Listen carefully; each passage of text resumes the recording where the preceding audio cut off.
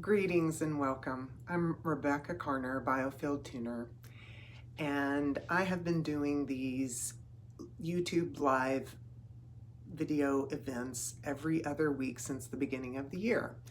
And as it turns out, this one happened to land on Valentine's Day. And that's really interesting because traditionally, Valentine's, regardless of whether I'm in a romantic relationship at the time or not, Valentine's is not one of my favoriteest days. While I love love, Valentine's had different weight and energies and connotations and just a completely different feel to it in a lot of ways. And this year, interestingly enough, I feel really different about it. While I've been able to focus on love many times through the years in various ways on Valentine's Day, the time of year, the time of humanity that it is right now, the themes that seem to be up with clients, with collective communities, is around how to engage in the world in a more authentic way and how to be with self and therefore be with anyone or everyone outside of self in a way that feels better and truer and more authentic.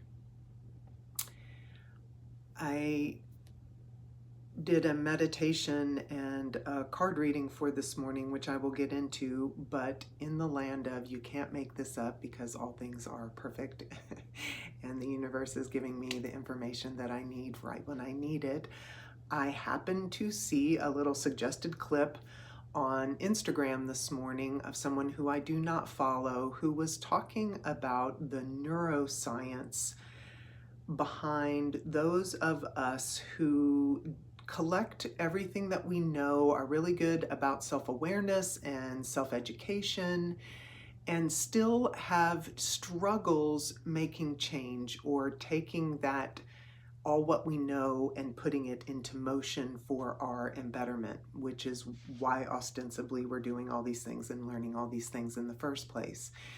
And his research was indicating that if one has a really harsh self-critic, that the sort of downtroddenness and the sort of oppression that happens in our internal dialogue is actually what blocks us from taking the steps that we know that we want to take. Not that we know that we should take, but that we know that we want to take.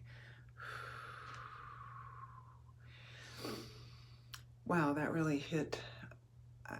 I know more people watch these live videos than are on here live, and like the collective presence of that resonance was palpable by me. There was a lot of sweetness and tenderness. So anytime that you say, well, I really should, or I ought to, or I know I'm whatever, I know I, that's your inner critic coming out to play. And just know, again, how to lighten up on that. Just know that that is not the way to self-love and self-care and self-actualization and self-transcendence. That is literally like an anvil, and that we carry that essence around in us and that we can lighten that up. And today's live is called Self-Care or Self-Love equals self-kind. Like, can we be kind? We're kind to stray animals. Can we be kind to ourselves? I'm gonna put some tone on that. That's right. Oh. Self-care equals self-kind. I did a group community tune, a Zoom community tune last night, And one of the messages that came through is there is no such thing as being selfish. If you are caring for self, if you are tending to self kindly, tenderly, that not only makes you more coherent and better resourced, that in so doing you can't help but pass that along.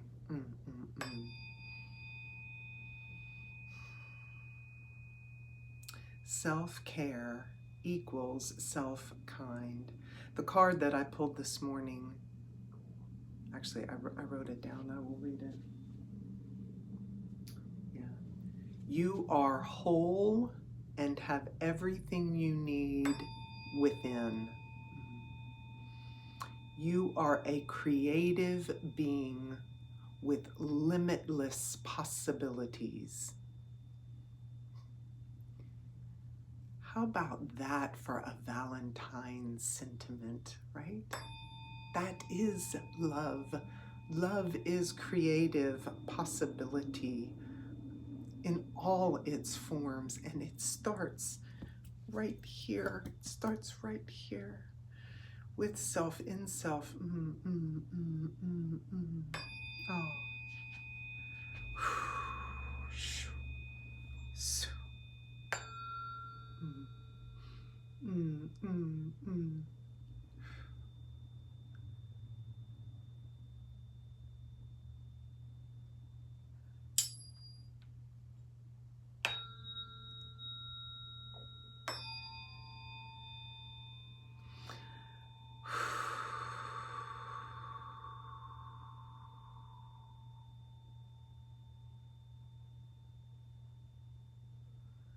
Last night was Mardi Gras, and I was born and raised in Louisiana.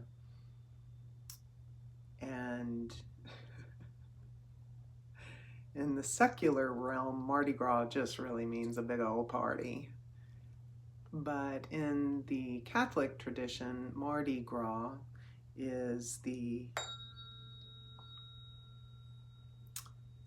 sort of last hurrah before the Catholic religious event of Lent, which is a time where one sort of abstains, where one does without a little bit as a devotional practice.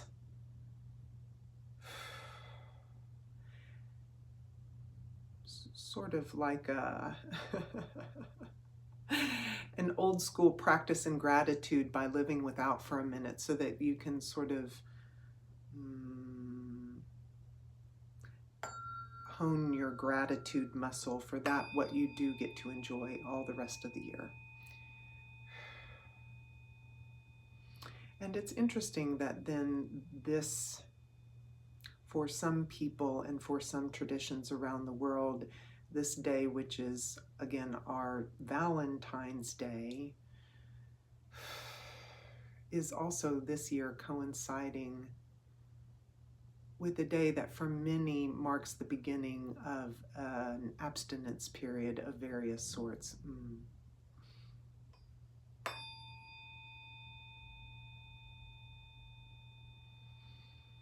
And that thematic paradox is just right on time. Like, that is just exactly how things are rolling now. The paradoxical truth of so many things is, it seems really present and really obvious now.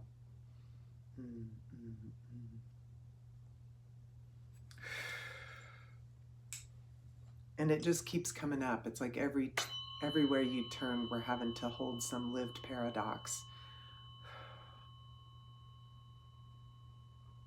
And the complexity of that is truly the beauty of life, although often we deem it uncomfortable.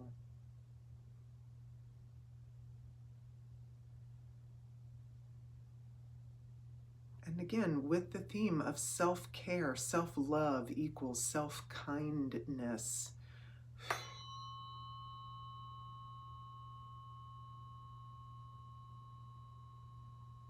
Can we kindly allow for the parts of the paradoxes that feel good, and kindly allow for the parts of the paradoxes that are really uncomfortable or that we don't like or that aren't our favorite? Yeah. And how can we expand that container and hold it kindly? We are where we are. Everybody around us is exactly where they are. Yay. That's okay. That's okay.